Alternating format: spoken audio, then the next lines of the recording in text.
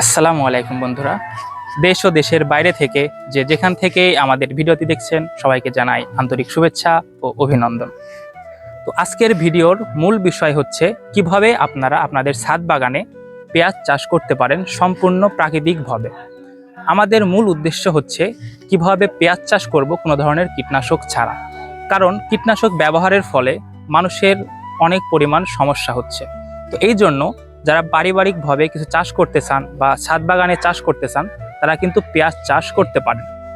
তো ছাদ বাগানে পেঁয়াজ চাষ কিভাবে করবেন, এর জন্য আপনাদের জিও ব্যাগ প্রয়োজন হতে পারে, যেগুলা চারকোনাসি জিও ব্যাগ সেগুলো আপনারা ব্যবহার করতে পারেন, অথবা বড় ট্রবও কিন্তু আপনারা ব্যবহার করতে পারেন। কিন্তু আমি যেটি ব্যবহার করব সেটি হচ্ছে একটা ড্রাম। আমার হাতে যে ড্রামটি দেখতে পাচ্ছেন এটা হচ্ছে রসের ড্রাম। যারা গ্রামে বাস করেন তারা কিন্তু এটাকে চিনেই থাকবেন। এটা আমার বাড়িতে পড়েছিল, এটাতে কোনো প্রয়োজন নেই, এজন্যই আমি এই ড্রামের ভিতরেই কিন্তু পেঁয়াজ চাষ করব। দেখতে পাচ্ছেন এর ভিতরে আমি অসংখ্য ফুটা করে নিয়েছি যেন পানি ভালোভাবে বের হয়ে যেতে পারে। তো এই ড্রামের ভিতরেই আমি পেঁয়াজ চাষ করব কোনো ধরনের কীটনাশক ছাড়া। কীটনাশক ব্যবহারের ফলে আমাদের যেটা হয়, কিডনিতে অনেক পরিমাণ প্রবলেম হয়, অনেক সমস্যা দেখা দেয়, যেটা অকাল মৃত্যু হতে পারে। তো এই জন্যই ড্রামের ভিতরে চাষ করব। তো ড্রামের ভিতরে পেঁয়াজ চাষ করার জন্য আমাদেরকে প্রথম যেটা করবে সেটা হচ্ছে মাটি প্রস্তুত করতে হবে। তো তার জন্য দেখেন যে আমি মাটিটা নিয়েছি, এটা হচ্ছে কম্পোস্ট সার, এটা বাড়িতেই প্রস্তুত করা সার আমাদের। এবং আমার এখানে দেখতে পাচ্ছেন এটা হচ্ছে ভার্মি কম্পোস্ট, এটাও কিন্তু এক ধরনের কম্পোস্ট সার, কিন্তু এটা বাজার থেকে কিনে এনেছি, কারণ এই সারের পুষ্টিগুণটা একটু বেশি হয়ে থাকে। তো আমি এখন এইখানে নিয়েছি 5 টব ভার্মি কম্পোস্ট, আর এইখানে আছে 1 টব ভার্মি কম্পোস্ট, অর্থাৎ 6 টব ভার্মি কম্পোস্ট।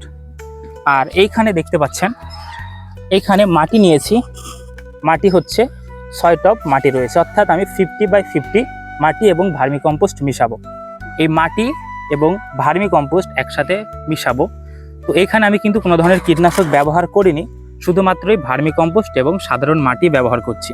তো দেখেন এই মাটিটা, ভার্মি কম্পোস্টটা মাটির সাথে ভালোভাবে মিশিয়ে দেবো। আমি সবগুলা ভার্মি কম্পোস্ট একসাথে করে নিচ্ছি।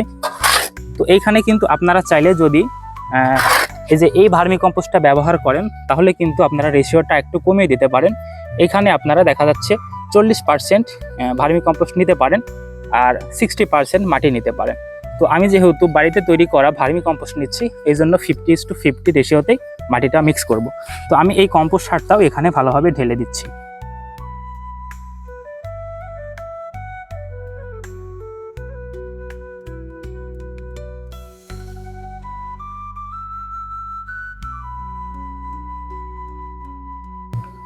তো বন্ধুরা, এখন এই মাটিগুলাকে সুন্দরভাবে মিশাতে হবে যেন ভার্মি কম্পোস্ট এবং মাটি সম্পূর্ণভাবে মিশে যায়। অত দূর থেকে কাছ থেকে গেলে আমাকে ধরবে মাঝে মাঝে। তো বন্ধুরা, এখন আমি এই যে কোদাল দেখছেন, কোদাল দিয়ে এই মাটি এবং বালু ভার্মি কম্পোস্টগুলাকে সুন্দরভাবে মিশিয়ে নেব। তো দেখেন আমি প্রত্যেকটা মাটি এবং ভার্মি কম্পোস্ট এমনভাবে মেশাবো যেন কোনো ধরনের কিছু অবশিষ্ট না থাকে।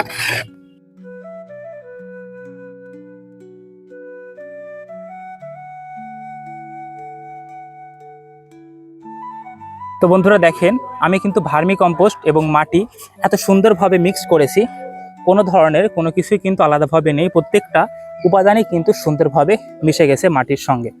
এবার আমাদের যেটা করতে হবে, এই মাটিগুলাকে ড্রামের ভিতরে সুন্দরভাবে ভরে নিতে হবে। তো এর জন্য আমি মাটিগুলাকে ড্রামের ভিতরে ভরে নেব।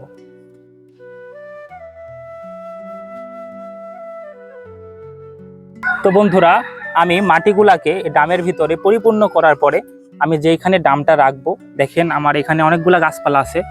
তো এই গাছপালার এখানেই আমি এই ড্রামটা রাখবার জন্য এখানে ড্রামটা এনেছি। তো এবার আমার ড্রামটা কিন্তু পেঁয়াজ বসানোর জন্য প্রস্তুত হয়ে গেছে। আপনারা চাইলেও কিন্তু এখানে রসুন বা অন্য যে কোনো সবজি কিন্তু চাষাবাদ করতে পারেন।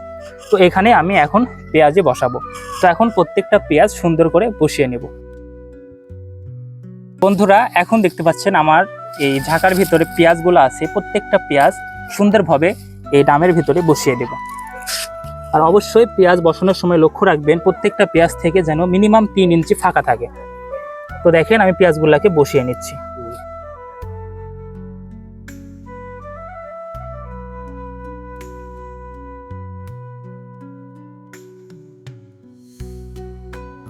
তো বন্ধুরা আমার কিন্তু পেঁয়াজগুলো বসানো শেষ। এবার এই পেঁয়াজগুলোকে মাটি দিয়ে ঢেকে দিতে হবে যেন পেঁয়াজগুলো বের হয়ে না থাকে।